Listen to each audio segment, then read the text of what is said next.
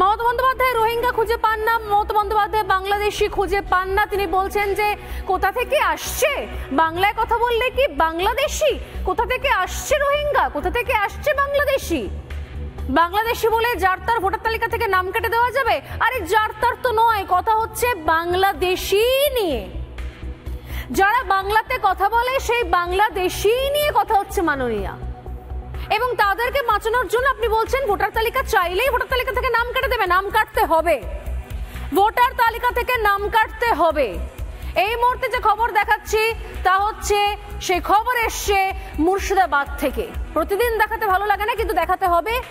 আজকে শুধুমাত্র খবর নয়, তার সঙ্গে তথ্য প্রমাণও দেখাবো, কারণ এই মুহূর্তে ভোটার তালিকাটা নিয়েই আমি হাতে দাঁড়িয়ে আছি। মুর্শিদাবাদে একটি বুথে ভোটার তালিকায় 3 বাংলাদেশির নাম পাওয়া গেছে। 3 বাংলাদেশির নাম। আপনাদের মনে আছে দিন কয়েক আগে, ঠিক 2-3 দিন আগে খবর দিয়েছিলাম আপনাদেরকে যে লালগোলা থানার পুলিশ কয়েকজনকে গ্রেপ্তার করেছে।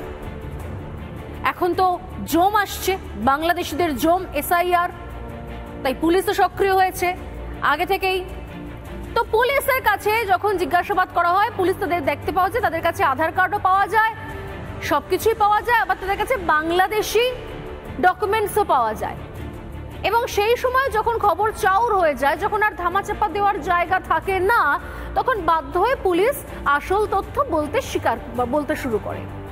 এবং তখন আমরা কি জানতে পারি যে মামা শ্বশুরকে বাবা বানিয়ে তৈরি করেছিল ভোটার কার্ড। মুর্শিদাবাদের লালগোলা থানার নতুন গ্রাম এলাকার ঘটনা। কি নাম ছিল? নাম হচ্ছে জিয়াউল শেখ, তিনি বাংলাদেশি ভোটার।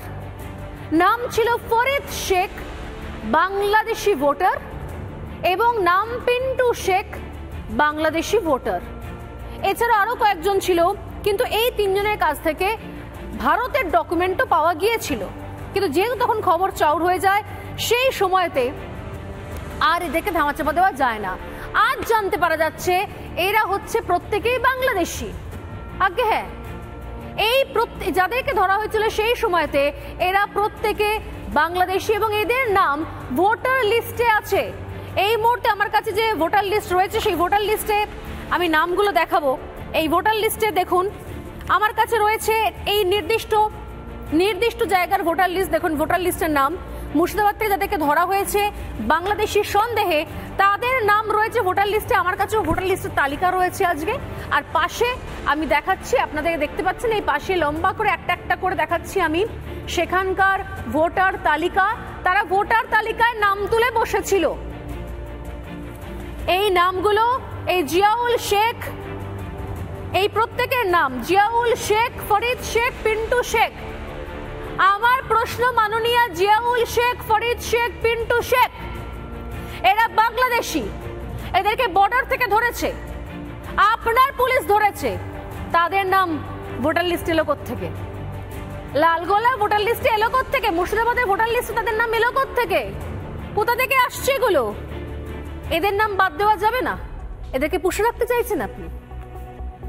রাজ্যে রক্তবীজের মতো ছড়িয়ে রয়েছে বাংলাদেশি রোহিঙ্গা। যদি এখনো পর্যন্ত আপনারা জেগে ঘুমন তাহলে ঘুমোতে পারেন, কিন্তু যখন ঘুম থেকে উঠবেন না তখন দেখবেন আপনার বাড়িটাও দখল নিয়ে নিয়েছে বাংলাদেশি রোহিঙ্গারা। যার একটুখানি বিভিন্ন জায়গায় চোখ রাখুন, প্রচুর বাংলাদেশি ঢুকে পড়েছে আমাদের রাজ্যে।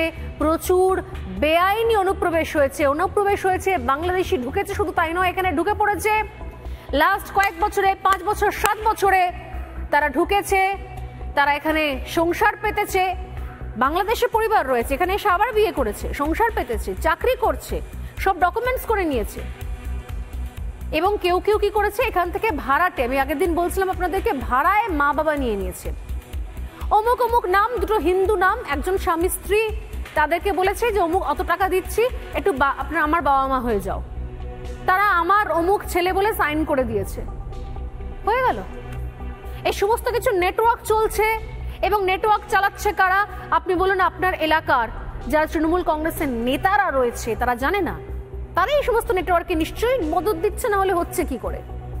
কাউন্সিলর চাইলে ধরতে পারবে না, পঞ্চায়েত প্রধান চাইলে ধরতে পারবে না, এমন তো হওয়া সম্ভব নয়। আসলে এটাই হয়ে রয়েছে। বাংলায় বাংলাদেশিরা ছড়িয়ে গেছে।